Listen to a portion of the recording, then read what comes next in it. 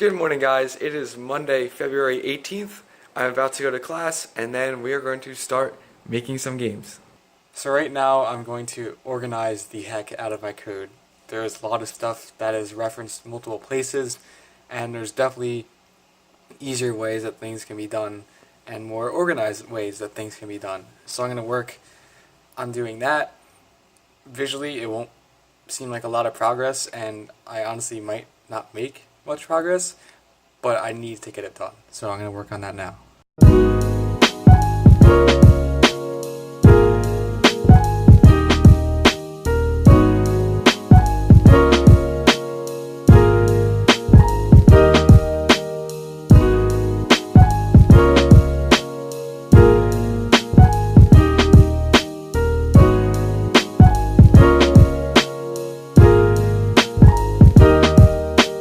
I actually did make some pretty decent progress. I have the player inventory script all into loops now, so I can make the inventory whatever size I want, and it is much cleaner code. So I'm very happy about that.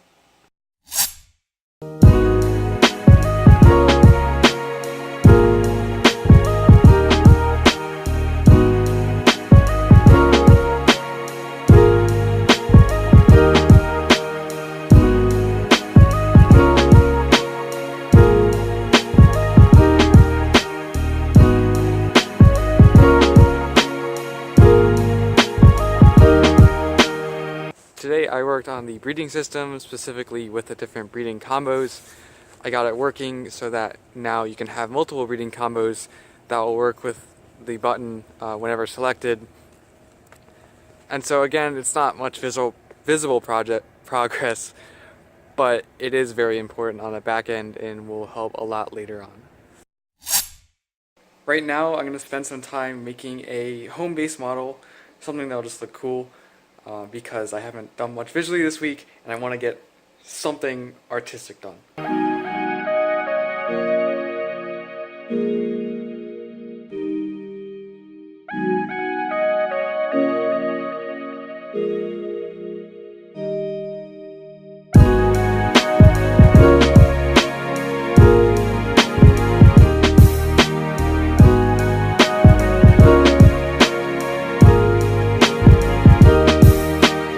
So I made a little home base model. Kind of sucks right now that I have the planet so small that the model actually doesn't sit in the ground right, but it is a little bit more interesting to look at than two cubes. So I'm happy with it for now. I have to work with the colliders on it because that doesn't work great yet, but I will get to that eventually. But right now it's just a nice looking thing.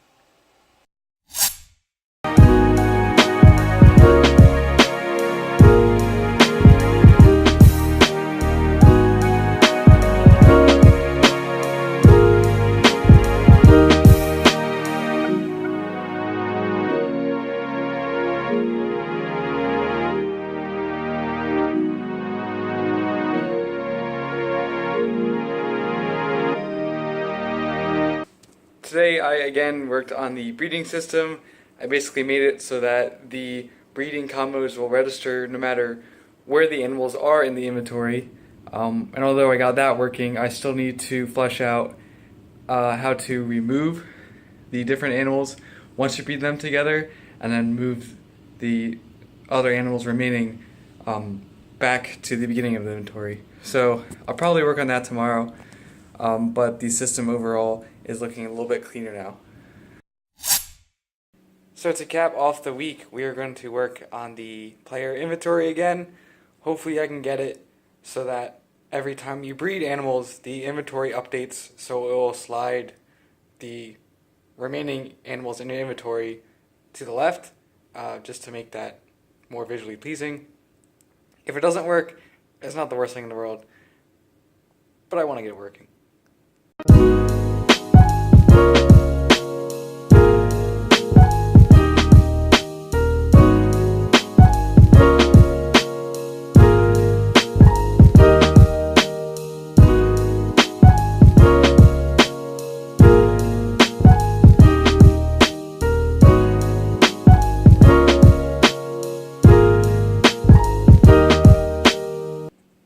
So I think the inventory is actually working perfectly right now.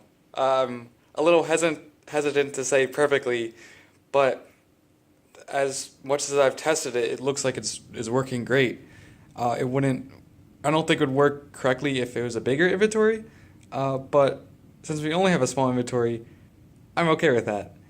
So I'm pretty happy with that. Now that the inventory is done, next week we can move on to better improving the breeding system, and I probably want to optimize a little bit more.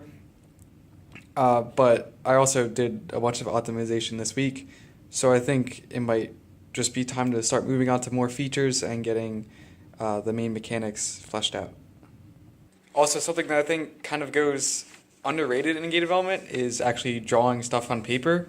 You can see here, and you see during the time lapse, that I kind of drew out example inventories to try to better figure out why the code wasn't working, and it did help a lot. It did help me solve my problem. So if you guys ever feel like you have this programming problem where you're not sure how it's working, just kind of draw out different scenarios. It can kind of open your eyes visually to see how the code works compared to what you want it to work like. So to recap the week, I worked on the animal breeding combos. I made a model for the home base. And I also worked on the player inventory. Thank you guys so much for watching episode 4 of Attila's Trek. If you have any feedback or any comments you want to leave me, please feel free to comment down below. And I will see you in the next episode.